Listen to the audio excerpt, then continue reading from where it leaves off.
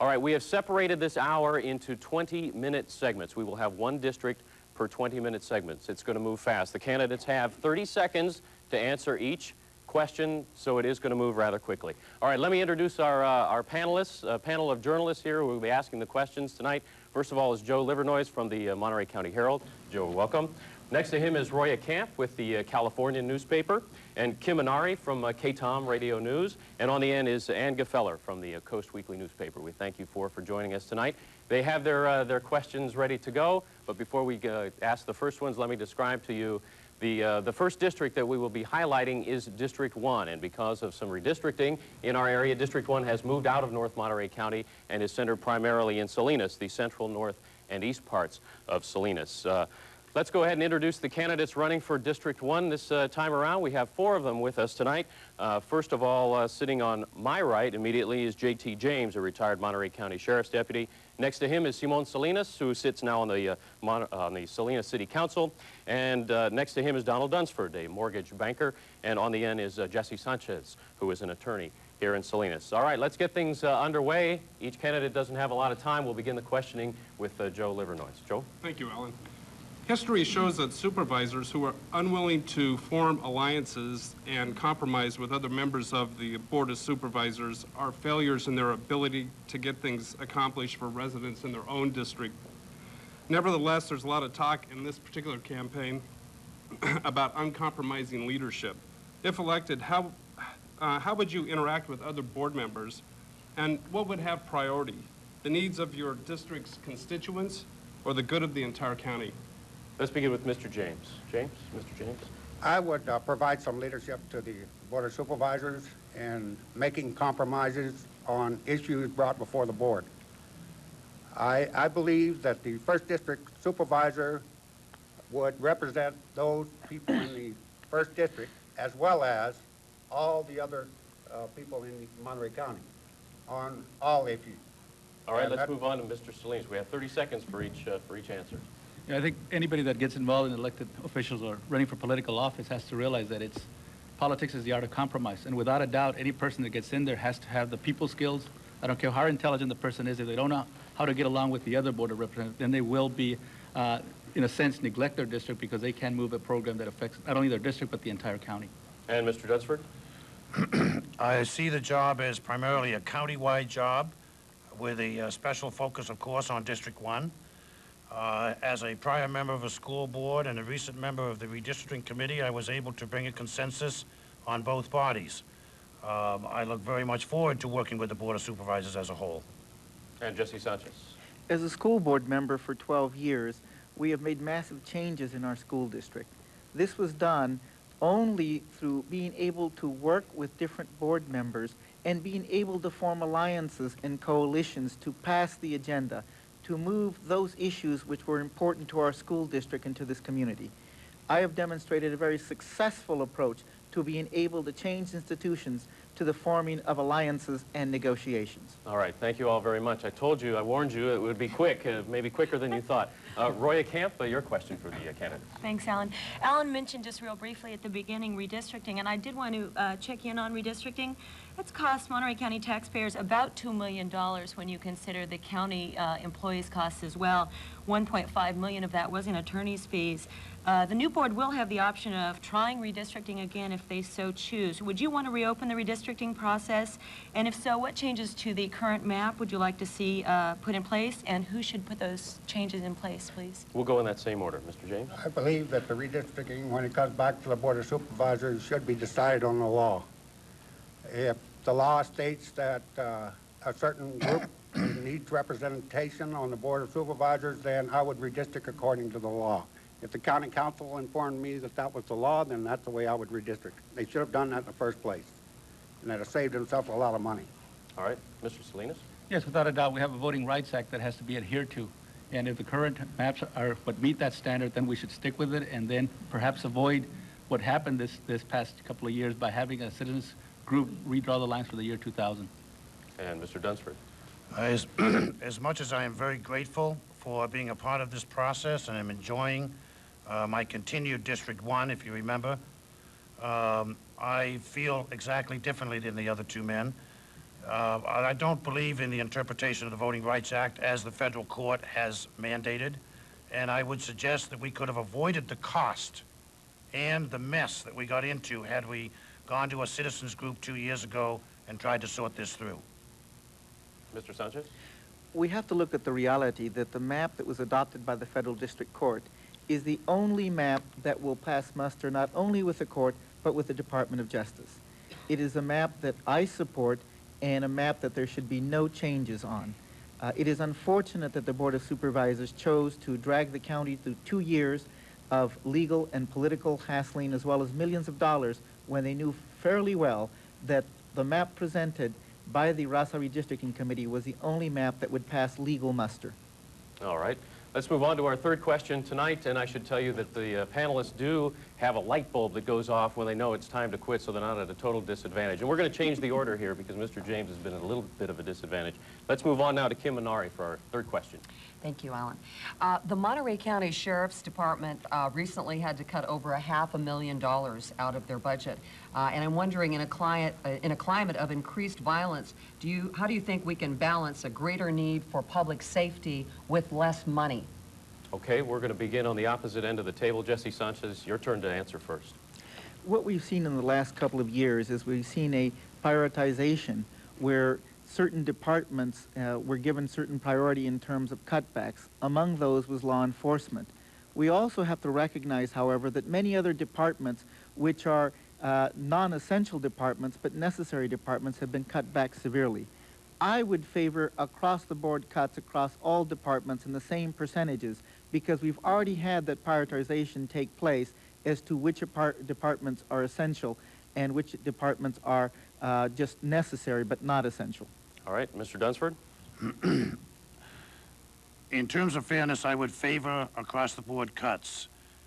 And as much as it hurts me to get rid of essential services, if those are necessary, then that's what has to be done. Just to speak quickly to a specific example, once the juveniles are let out of juvenile hall after 90 days, let's put them to work. Let's ask them to clean, let's tell them to clean the graffiti up off the walls and clean the streets. Let's do something positive that won't cost a great deal of money. And Mr. Salinas? Yes, without a doubt, I think violence in our county is a foremost and is almost in everybody's mind. One of my priorities has been law enforcement and trying to curtail the level of violence that has plagued our county. So I would look at making that a priority, and if push comes to shove, we have to prioritize and look at what programs are necessary, what are not. With me, one of the priorities would be law enforcement and maintaining a safe environment for our community. And Mr. James? As a retired law enforcement officer, I would prioritize the budget. I would place public safety as #1. You're going to have to make spending cuts because you have no more revenue coming in. I would place a priority on service, and law enforcement or public safety would be my #1 priority. All right. Let's move on to our fourth question now, and Ann Gefeller from the Coast Weekly. Ann? Campaign finance has been a big issue since the congressional election. District 1 has far and away the highest dollar amount of any of the districts in terms of campaign finance, dollars raised by candidates. Does the concern with political action committees or any other kind of campaign contributions, did that affect the way that you raised your money? Okay, let's begin in the same order. We'll begin down on the end with Jesse Sanchez. Yes, if you look at the statements that have been on file as far as the campaign contribution disclosure statements, the source of my campaign funds are from 3 distinct and separate areas.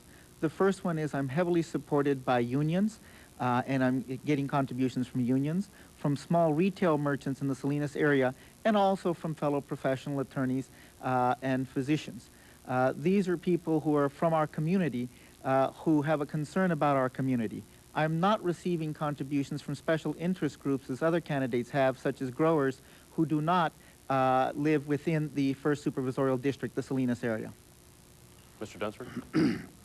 My campaign contributions have increased in the last week and 10 days during the 2nd reporting period, which is about to end, and I'm very grateful for that. I am definitely a non-bureaucratic candidate, and I purposely have not gone out to seek help, financial support from groups, and especially any cliques in North County.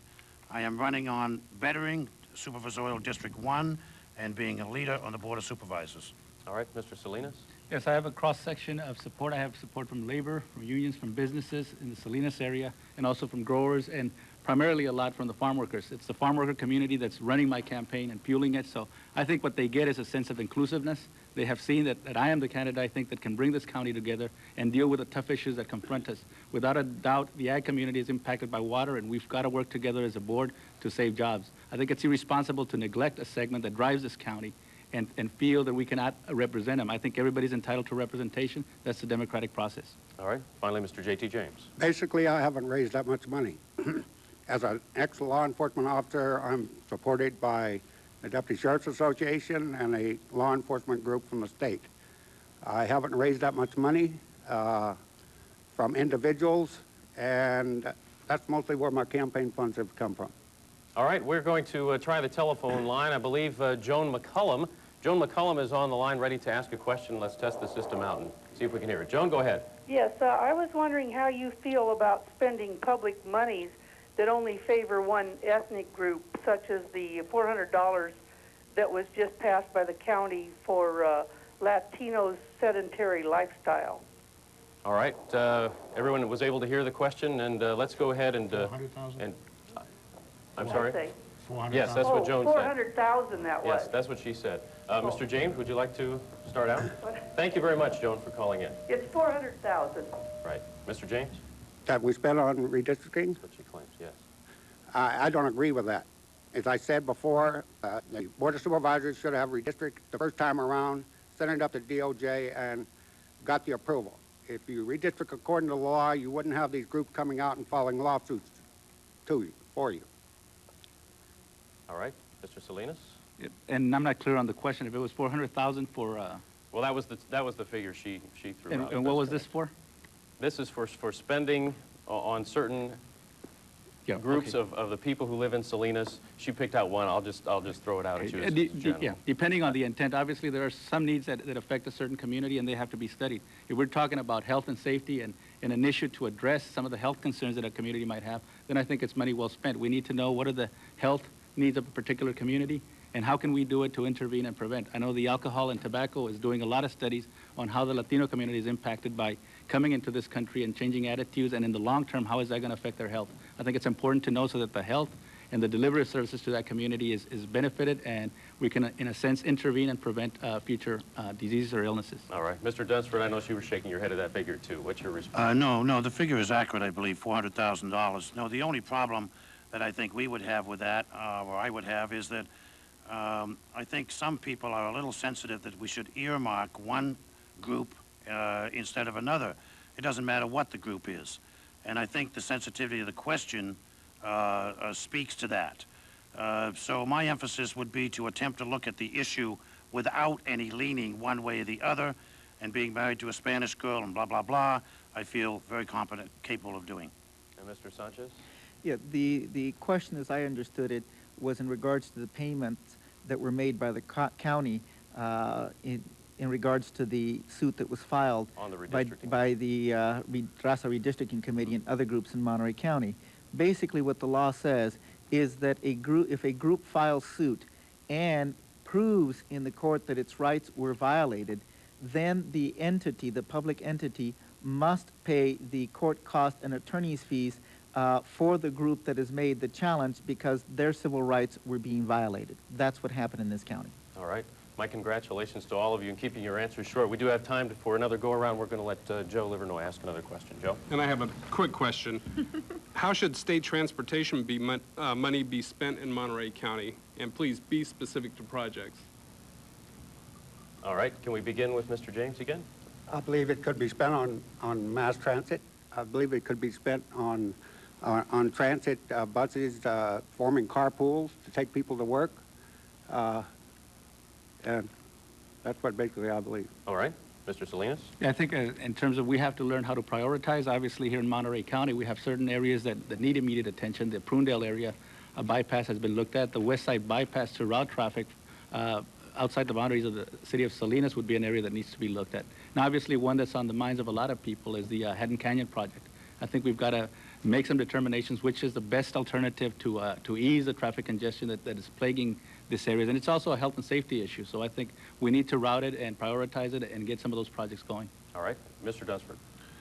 If the question was expressly directed to the type of transportation rather than traffic and roads? Transportation projects. With regard to the public transportation system, the buses in this county, I frankly think, despite the fine job that they may be doing in dealing with the issue and the lack of revenues, it's a real sad situation to see these buses with 2 people on them from 9:30 in the morning until 4 o'clock in the afternoon. I think we need to take a good, hard look at how that resource is being wasted. All right, and Jesse Sanchez. We have 2 areas in terms of transportation that we can look at. The first one, of course, is the area of Prunedale and the projected or the anticipated and planned bypass down in that area. And that one I think we have to take a closer look at, because if we're going to be moving it from where it is presently right now to another area, 1 or 2 miles, which is going to end up with the same situation, it may not be a good idea. We also are looking at the Salinas-Monterey Highway, which I favor opening it up to 4 lanes. All right. Gentlemen, thank you very much. I know it's been brief, but hopefully it will provide some insight for your constituents and our viewers as well. All right, we're going to take a short break. We'll continue when we come back with the candidates running for District 4. We'll be right back. Welcome back to our political forum here on KSBW. We're featuring the candidates running for Monterey County Supervisor. In our next 20-minute segment, we will be dealing with the candidates who are running in District 4. First of all, I want to give you the phone number for viewers' calls. It's a toll-free number for you. There it is at the bottom of the screen, 800-696-KSBW. It's 800-696-5729. All right, we have the District 4 candidates. Let me briefly tell you that District 4 is made up now of Marina, Seaside, Sand City, most of Delray Oaks, and a small part of Monterey. Again, that is District 4. And when we left you, we had just interviewed the candidates for District 1. So as we move on now, we will let Roya Camp pick up the questioning. And Roya, go ahead and ask your question. We have all candidates on the panel now. Thanks, Alan. I'm going to stick with redistricting. It's a question that I asked the District 1 candidates, and I think it's incumbent on people to know how everybody feels about that issue. $2 million have been spent, approximately $2 million have been spent on the redistricting battle. That went on for 2 years. About $1.5 million of that was spent on attorneys. I'm just wondering, the new board will have the option of trying redistricting again if it so chooses, and I'm wondering if you want to reopen the redistricting process. If so, what changes would you make to the current map, and how should the process be approached this time around? All right, let's begin with the candidate who sits on my right immediately, Ira Lively, who is, of course, a former Seaside council person. Ms. Lively. The redistricting issue was very, very unfortunately, and we all know it was mismanaged. However, as a newly elected supervisor, I would not be in favor of reopening redistricting unless there were some proof that the Voting Rights Act was continued to be violated or the people wanted it reopened. All right, and we move on, and some of you, I have to apologize, I haven't even met, but I believe it's Ken Nishi, is that right? Yes. Ken, you are a nursery owner? Yes. Is that correct? In Marina. All right. How would you answer that question, please? I feel also that if the citizens want this thing opened up, we should open it up. But if it complies with the law, I feel that it's appropriate now. One part of the question was, what would I change? And I think North County got the short end of the stick, and I think they should be addressed. Thank you. All right, and Mr. Gustafson, Howard Gustafson, who is also, he's a civil engineer with the Monterey County Public Works Department. Yes, I would seek a consensus of the people of our district, District 4, and of the county to see how they feel about it. But I would emphasize to them that the cost of another potential battle with redistricting would only lead to more problems with the county budget, and we couldn't afford it. Thank you. All right, and on your right, is it Andrew Haslett, is that right? Frank Stewart. You're Frank Stewart. All right, Frank, go ahead. I believe that the redistricting that is currently on the map is sufficient. It does bring in Seaside, Marina, Sand City, a portion of Delray Oaks, and a portion of Monterey County. It may need a little bit of refining, but I believe that it brings those entities together. They are like entities and they need to be together. I am, of course, concerned about District 1 as Ken Nishi is, and that again should be addressed. All right, Edith Johnson, who is the mayor of Marina. Well, as a person who testified on behalf of the new map at least twice in court and vigorously fought alongside people who were working for a more equitable and fair district, I would not like to see it open again. I'd like to try it. I think that when the various communities of interest come together, I think we'll have a strong indication of how people can work together. All right, I was 50-50 with Mr. Stewart. I apologize, but I think I can get this one correct. On the end is Andrew Haslett, who's an interpreter, and he's with Monterey Peninsula College, a deaf student. Is that right, teacher? I wonder whether or not it would be worth our time and money to go ahead and try and redistrict again. And so I think that we need to consider that. I think there are other issues that we need to evaluate at this time as well. All right, let's go to our second question. Kim Minari from KTOM. Kim. Thank you, Alan. Other California counties have had to come up with some creative financing to handle their budget problems. For example, Santa Cruz County has just placed over 2,000 county workers on a 37-hour work week. What kind of creative financing do you envision for Monterey County's economic problems? All right, let's go in the same order. The next question, then we will reverse it. Ms. Lively? I agree. There is a need and a demand for some creative financing. We must get better at stretching the dollar. The very first thing that I would like to see done is sever the relationship between the Board of Supervisors' salaries and that of the judges. I think that's only a cop-out. I think every time we get a raise, the people need to know. I think that move along would set a climate whereby the employees would realize our willingness to tighten the belt and stretch the dollar. Therefore, I think it would create a negotiating atmosphere whereby we could go in with a degree of honesty and make some realistic cuts. And Mr. Nishi? Yes, I think we have to prioritize, and I think public safety has to be the #1 priority. But I do feel that the Board of Supervisors have to give the leadership to the county and find creative ways. I think that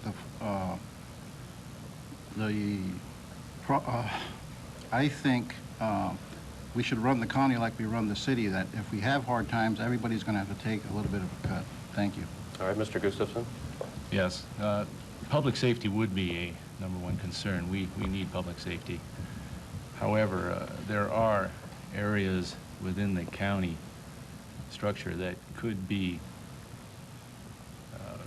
restudied. We could reevaluate management. We could reevaluate divisions and departments, reorganize them, and we could come up with a good workable budget. And Mr. Stewart? Well, I believe personally that the only way out of this is private enterprise. They're the only ones that are going to bring the money back into the county that's going to allow the county to provide the services necessary for the people. Restructuring and doing a task analysis of the individual directorates in the county budget is going to provide some of it, but it's not going to provide a sufficient amount that's going to do any good to us. All right, and Ms. Johnson? Very creatively, going in and getting enterprise zones so that we have economic incentives in order to attract businesses, creating a community district among the cities and in the county, streamlining business permitting, creative land use opportunities. All of these will attract more business and attract more economic climate for growth. All right, Mr. Haslett, we're going to let you wrap this one up, and then on the next question, we'll begin with you. Okay. Creative financing is a good question. I don't know that I have an answer for that right now in terms of a situation in which I'm not in. I think that to some degree that really what happens in a situation is when you get in it, you respond in an intelligent manner. I think there are some opportunities for some creative financing, but I wouldn't have an answer in 30 seconds tonight. All right.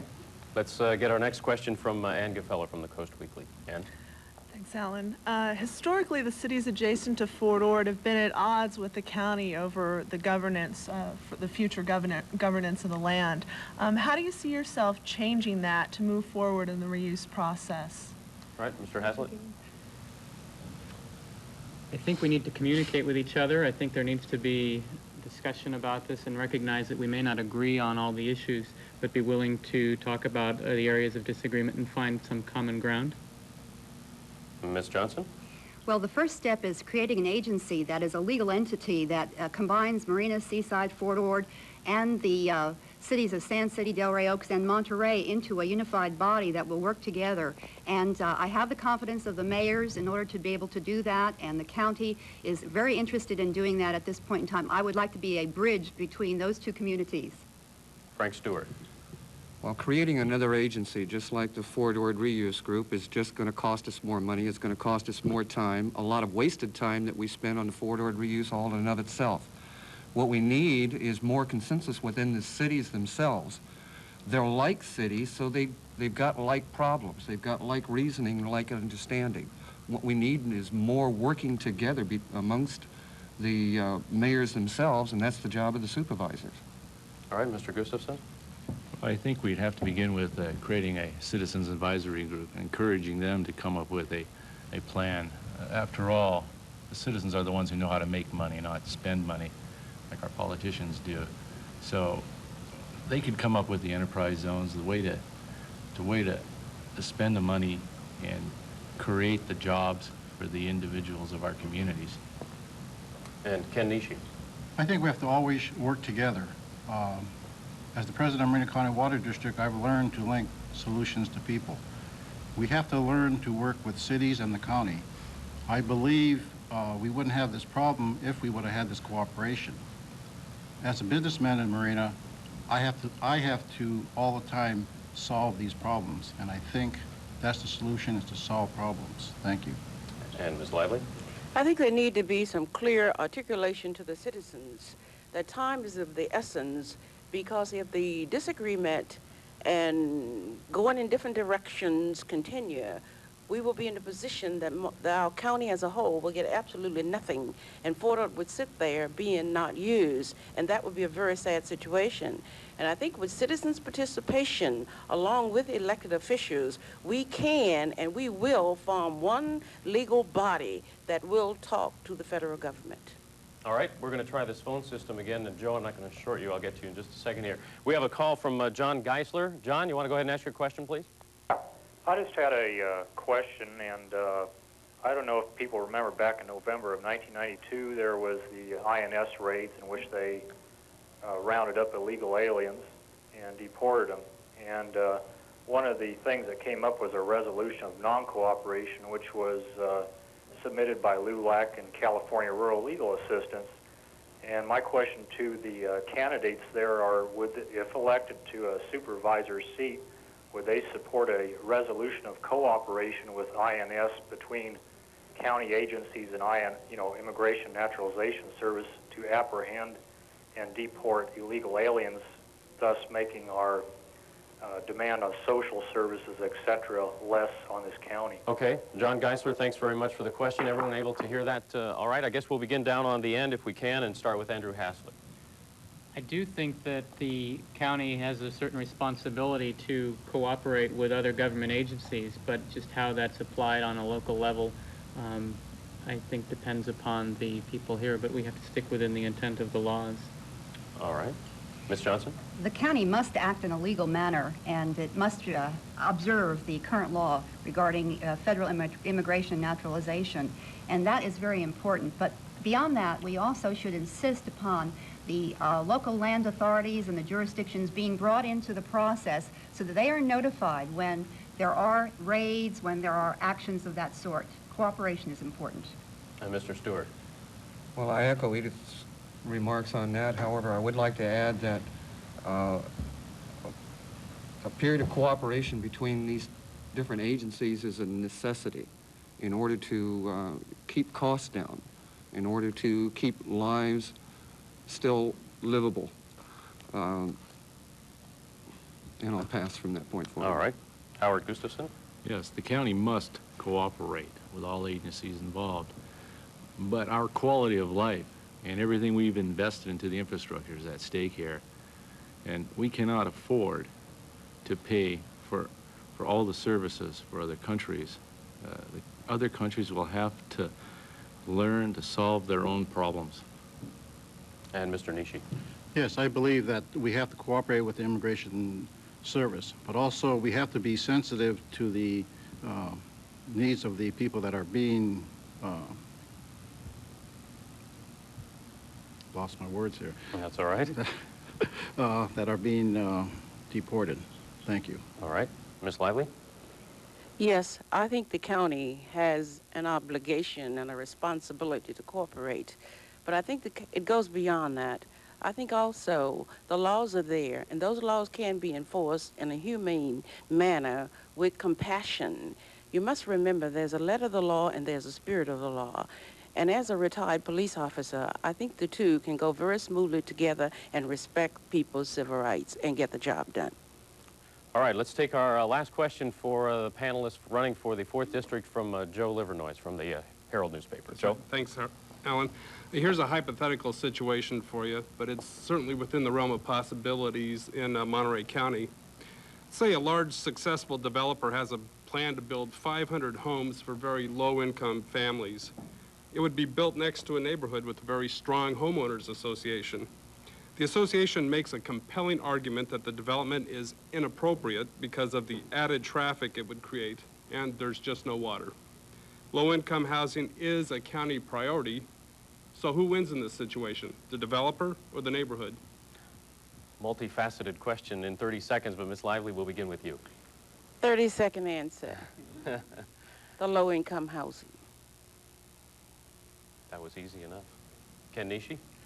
I think one of the problems is in the county, there is a percentage that you have to put for low-cost housing. And instead of putting it into a fund and then building 500 units next to somebody else, I think those low-cost housing units should be put in the areas that is being developed. In other words, if someone like the San Carlos Ranch is going to put in 350 houses, 10% should stay at that facility. Thank you. All right, Mr. Gustafson? Yes, well, we have to consider low-cost housing, and we are in a job crunch right now.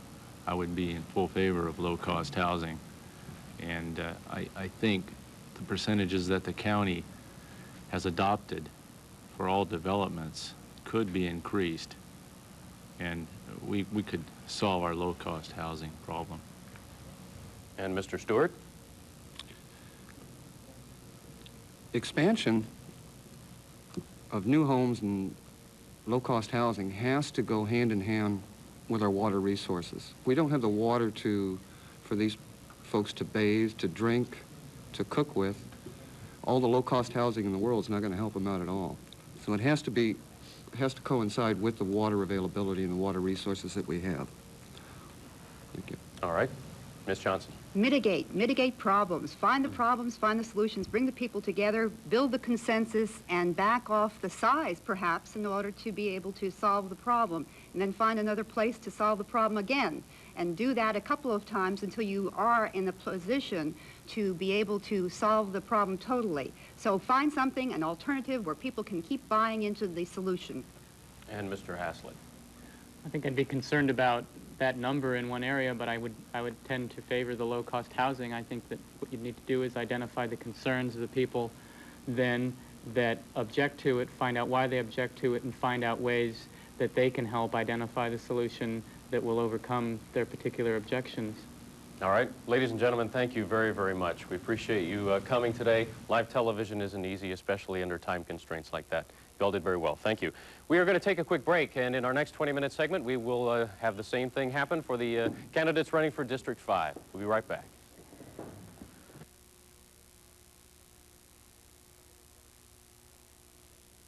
I'm Sandy Newton for NBC Primetime Tonight. If you missed it, or if you want to enjoy it again, start your evening with an encore performance of the series finale of Cheers, one of the most watched shows in television history. Hello, everyone. It's an unforgettable goodbye, loaded with unbelievable surprises from beginning to end. This is the best day in the history of Cheers. Nothing could go wrong today. Di and I are together again. Then, in a world premiere movie, from the award-winning In the Line of Duty series, it's Ambush in Waco. You saw how it ended, now see how it began. Wings' Tim Daly stars as David Koresh, the cult leader who led his followers on a path to destruction. I was holding out some kind of hope that the people would come out and that there would be some sort of resolution and that we would find out more about this person. Tonight, the encore performance of the Cheers series finale and the world premiere movie Ambush in Waco on NBC Primetime tonight. Welcome back to KSBW's Political Forum. Tonight we are highlighting the candidates running for Monterey County Supervisor in Districts 1, 4, and 5. We have reached the final 20-minute segment of our show. We're going to be interviewing the candidates running for District 5. And to begin our questioning, we go to our panelist of journalists. We begin with Roya Camp. Roya? Thanks, Alan. I just wanted to check in. I have with Districts 1 and 4 the candidates for those two districts, and at the risk of sounding like a broken record, I'll ask the same question. I'm interested in redistricting this evening. Monterey County taxpayers have paid about $2 million toward their two-year redistricting process. About $1.5 million of that was spent on attorneys. And I'm just wondering, the new board will have the option of trying redistricting again. Would you want to reopen the redistricting process? And if so, what changes to the current map would you like to see in place? And how should that process be approached? All right, you folks have had the advantage of sitting through the first two 20-minute segments. Fran Farina, we will begin with you. You're a member of the board of the Monterey Peninsula Water Management District. Your answer. As a resident of Carmel Valley, I would like to reopen redistricting. There are minor modifications, I believe, that could be made under the Voting Rights Act. In particular, we have a section of Carmel Valley that has been removed from the 5th District and moved into the 2nd District. I believe that type of minor adjustment would be appropriate. All right, next to Fran Farina is Harrison Williams, a retired businessman. Mr. Williams? I believe some improvements have been made in the redistricting with respect to the 5th District, putting both parts of Pebble Beach together. I think that this 5th District is one of the most gorgeous spots on the earth, and that the citizens have a common interest. I think that there are minor things that should be done, and I agree with Fran concerning incorporating all of Carmel Valley into the district. At the next spot at the table is David Hendrick, an attorney. Mr. Hendrick, your answer? Yes, I would reopen it for those particular items, the realignment of Carmel Valley, and in particular North County, which is a patchwork quilt now. All right, moving on to Sam Karras, who is a member of the Monterey County Board of Supervisors. Thank you. I'd reopen it too for that portion of Carmel Valley, which I think should have been kept in the redistricting plan. But let me also state that I was the supervisor who requested and hoped for a countywide advisory committee that would have saved the taxpayers $2 million, and I have passed and requested an ordinance that future boards will be required to set up a countywide advisory commission if they ever study redistricting again. All right, Jeff Davey, our real estate broker on the panel, down on the 5th chair. Well, it's too bad that you couldn't build that consensus, Sam, but I do feel that reapportionment will be an issue as soon as we are elected board supervisors, and I do think we should relook at the issue. I feel that a section of Carmel Valley should be brought back into the 5th District, and that small portion of Monterey that has been cut off and into the 4th District, so I would address it. All right, and on the end is Noel Mapstead. And Noel, I will tell you that this time around you were last. We will switch up the order, so you'll go first. All right, thank you. Go ahead. I would not like to open redistricting. I think the Voting Rights Act speaks for itself. To follow the law, if there was a need in the 5th District community to really push for a reopening, I'd consider it then. But the decision on redistricting has cost so many millions of dollars, and it's indicative of decisions being made by politicians today for the need of supporting big money. I want to save our money. Thank you. All right, before we get our next question, I've been asked to give you a brief programming note because there are those of you who are tuning in tonight for regular programming here on KSBW. Regular programming will be Cheers, an encore, the final episode of that, the last call at Cheers. It starts at 7:22 right after our program. All right, with that out of the way, let's move on to Kim Minari for her question. Kim? Thanks, Alan. Last year, Salinas voters said no to a parcel tax that would have put more police on the street. And the Monterey County Sheriff's Department has had over $500,000 cut from their budget. So once again, with the mood of the voters in mind, at least regarding new taxes, how do we balance this need for greater public safety with less money? All right, I promised to switch, so let's start on the other end with Noel Mapstead. Noel? Well, I think public safety is the highest priority, and I would not allow for across-the-board cuts. We have to prioritize, and the Sheriff's Department or even probation, to have convicted criminals out on the street today without probation is a great concern to me. And we'd have to make some hard choices. I'll start at the top by offering a 40% cut in my salary. right now as a supervisor if elected and make the hard choices starting right there. All right, Mr. Davi? Well, the answer to our budget shortfall is not what the political spectrum that's in place now feels is to tax more. I think we don't need to tax more. What I propose is to bring my business experience to the Board of Supervisors, and I propose that budget cuts can be found in those parts of the administration and those parts of the bureaucracy by encouraging people that are staff employees to discover waste and duplication of service and rewarding them to report that so that we can cut it and implement the programs so that they are less costly. That's the way, cutting the wasteful spending. I would prioritize the Sheriff's Department as well. All right, and Mr. Karras. Yes, the county faces $11.5 million deficit. It's a tough decision to make. The thing you have to do is really set a priority in all the departments. The essential departments, of course, are, for as far as I'm concerned, are law enforcement, social services, and human services, and the health department. Those, I believe, we have to keep. But I'm the only supervisor, I'll go real fast, I'm the only supervisor who requested that no deputy sheriff be taken off the payroll. All right, David Hendrick? We need to set up a priority list of all county functions, health and safety items at the top, the non-essentials at the bottom, the top items, health and safety, fully funded, the bottom items eliminated, the middle items cut severely. We're going to have to be a leaner and meaner county. And Mr. Williams? As a successful retired businessman, having served that industry for 27 years, I believe that that expertise should be brought to county government and all elements of government examined very closely. I believe that tax cuts, or rather budget cuts, should be looked at before higher taxes are considered, and the tax base should be expanded. Fran Farina? As chair of the Water Board's Administrative Committee, I have already had to deal with budget reductions. I don't believe in across-the-board cuts. I do believe we have to establish priorities. In my opinion, public health and safety are at the top of the list. Okay, let's get our next question now from Ann Gefeller. Ann? Thanks. As you know, the whole county will be affected by Fort Ord's closure, but Monterey and Pacific Grove are looking at particularly hard hits, especially in their housing markets. How do you plan to balance the need for economic redevelopment in those cities with the generally no or slow growth attitude of the southerly portion of District 5? All right, Fran Farina, let's begin with you.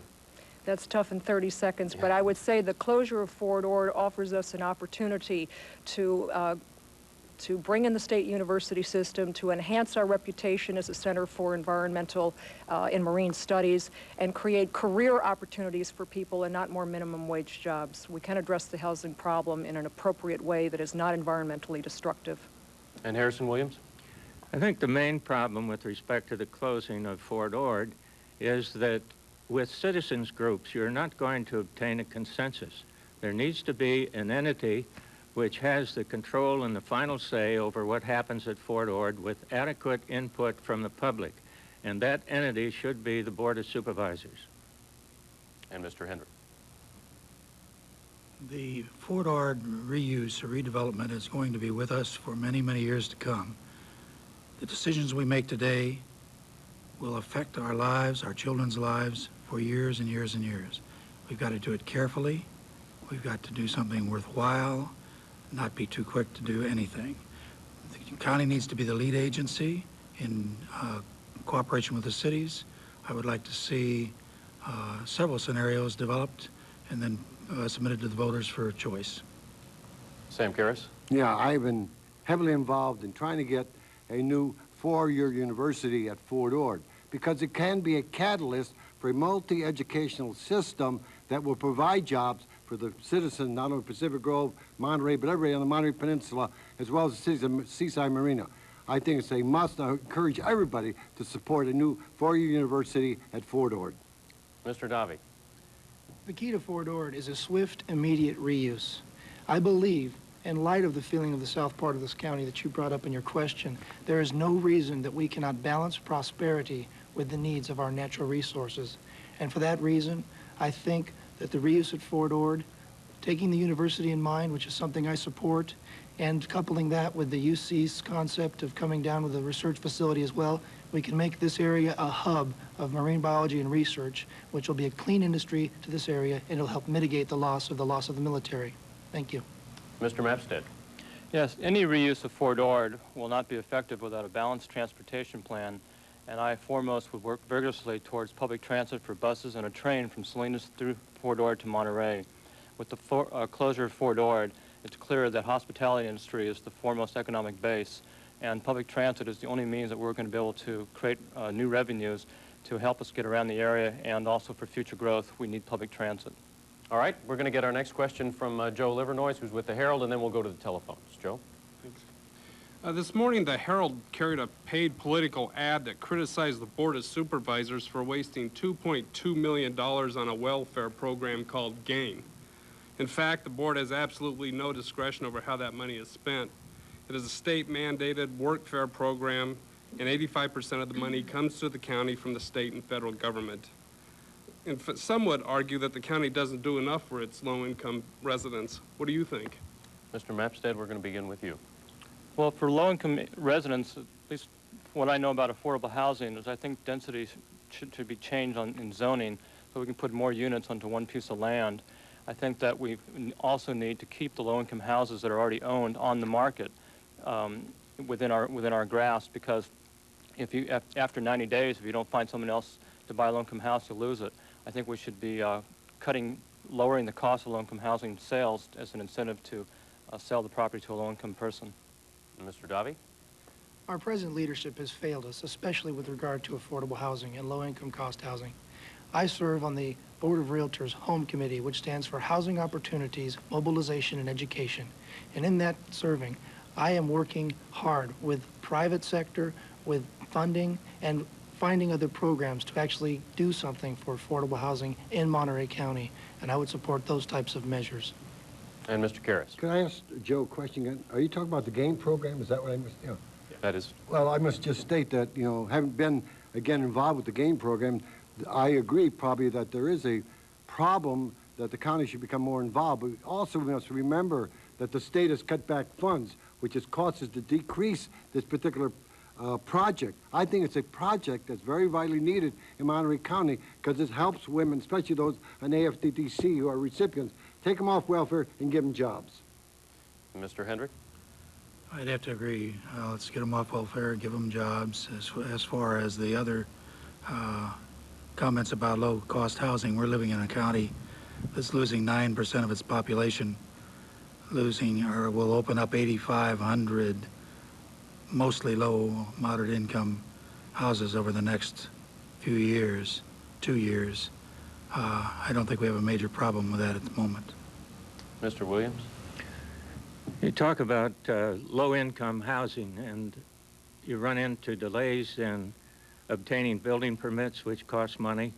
Right now, there are requirements, either afoot or in order presently, to require fire sprinkling private homes, which will cost anywhere from $2,000 to $4,000.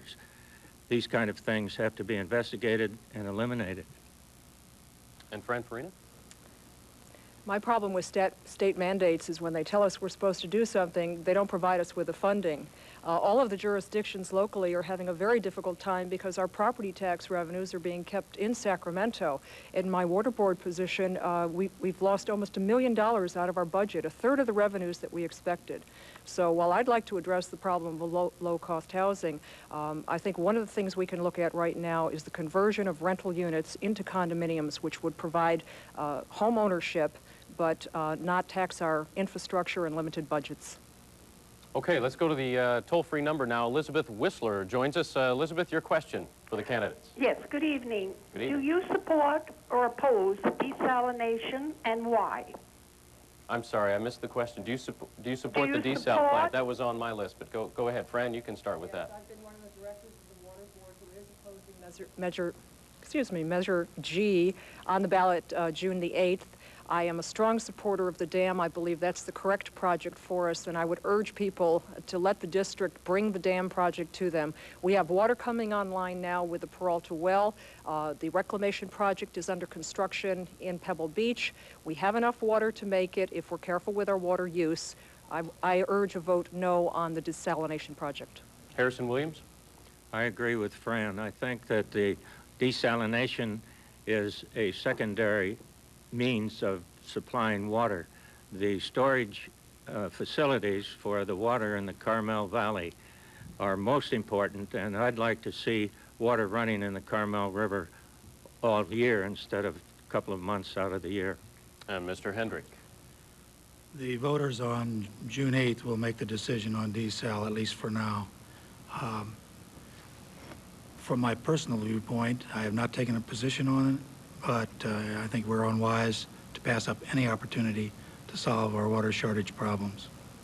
Mr. Karras? I support desalination with the dam, but however, I did support putting it on the ballot measure, and I must state that I've taken a neutral position because I will support whatever the voters accept or reject. Jeff Dottie? The Water District is another example of the failed leadership that I've referred to. I support the desal and the dam as the long-term solution for this district's water problems. The environmental impact report states that that is the long-term solution, and the Water Board has voted at a majority that that is the long-term solution. The people must realize that even with the dam that's proposed, we would still be facing rationing in a 6-year drought. The desal and the dam together is going to be the long-term solution, and it is only going to cost the people for desal of this district less than $3 per month for the average user bill, and that's inexpensive insurance, and I'm willing to pay it. Noel Mapstead? Yes, I will be voting for desal. It has no significant impact on the environment. It starts on our way of getting to a balanced water solution. We also need water conservation, stop pumping the Carmel River, and a small dam. Ladies and gentlemen, there will be no large Los Padres Dam. With the recent EPA letter that came in with serious concerns, I don't think a large dam will ever get the permits necessary. Better start voting for desal now and get a balanced water project that lasts over time, that spreads jobs over time, and get on with our lives. All right, we have about 2 minutes left. We have basically a yes or no question here that you can answer, hopefully, for us. The governor has thrown the revenue issue back to the counties. He's saying the counties can raise taxes if they want another half cent. Do you favor raising sales tax in the county by half cent, Ms. Freen? No, and I want the state to do its job. I'm tired of them passing the buck. Mr. Williams? No, it would have been very easy to lower the tax enough so that surplus is used up. And Mr. Hendrick? Absolutely not. No half cent, no 1 cent. Let the state do it and take the rap for it. Mr. Karras? No, after Measure B, definitely no. Mr. Davi? Definitely no, and I think you see it's difficult for a yes-no answer from politicians. Yeah. And Mr. Mapstead? I would be interested only in sales tax if it went to public safety to stop killing all the people on Monterey County highways that Monterey County supervisors are allowing to go on. All right, with about 1.5 minutes left, do our panelists have a short question, yes or no answer, something we can get in here real quick? Joe, Roya, Kim, no? Well, anything real quick? We might reiterate the question about state transportation projects. What do you like? Quickly, Fran? Our priorities have to be addressing the problem in the Prunedale area and Highway 1. Mr. Williams? I think we should complete the plans set forth by Caltrans and develop the highway through Hatton Canyon. And David Hendrick? Hatton Canyon Freeway, we own the right-of-way. We've got $42 million to build the highway. We've got to do it. Less than a minute, Mr. Karras. Yeah, Prunedale bypass and an alternative to the Hatton Canyon Freeway. And Mr. Davi? The county doesn't have the funding to take care of its own highway problems. We need Caltrans, and therefore we need the Hatton Canyon Freeway project and the funds that they've earmarked for it. Finally, Mr. Mapstead? Any Hatton Canyon Freeway is political manslaughter. 390 people have died in the last 11 years on Monterey County roads because there's no money for it, because the money was prioritized to Hatton Canyon. This is criminal. All right. Thank you all very much. We appreciate all of the candidates being with us tonight. We thank them for being here. Hopefully it's given you some additional insight as to their positions on some of the issues. We thank our panelists of journalists as well. Thank you all for being here and your questions. We will see you again Wednesday night for our forum for the candidates running for the 17th Congressional District. Good night.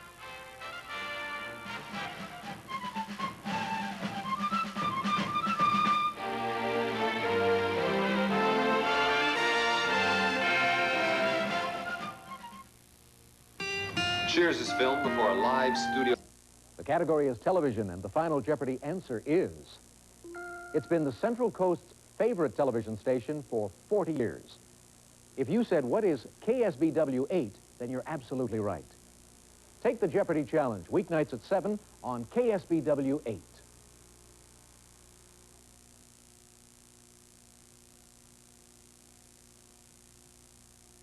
The heroes. Did you tell them that we have kids in here? This is it.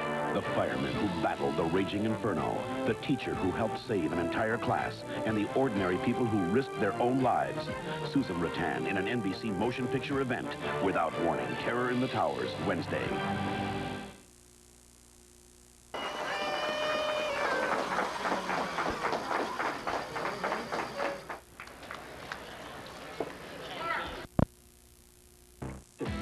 Jay promo, take one.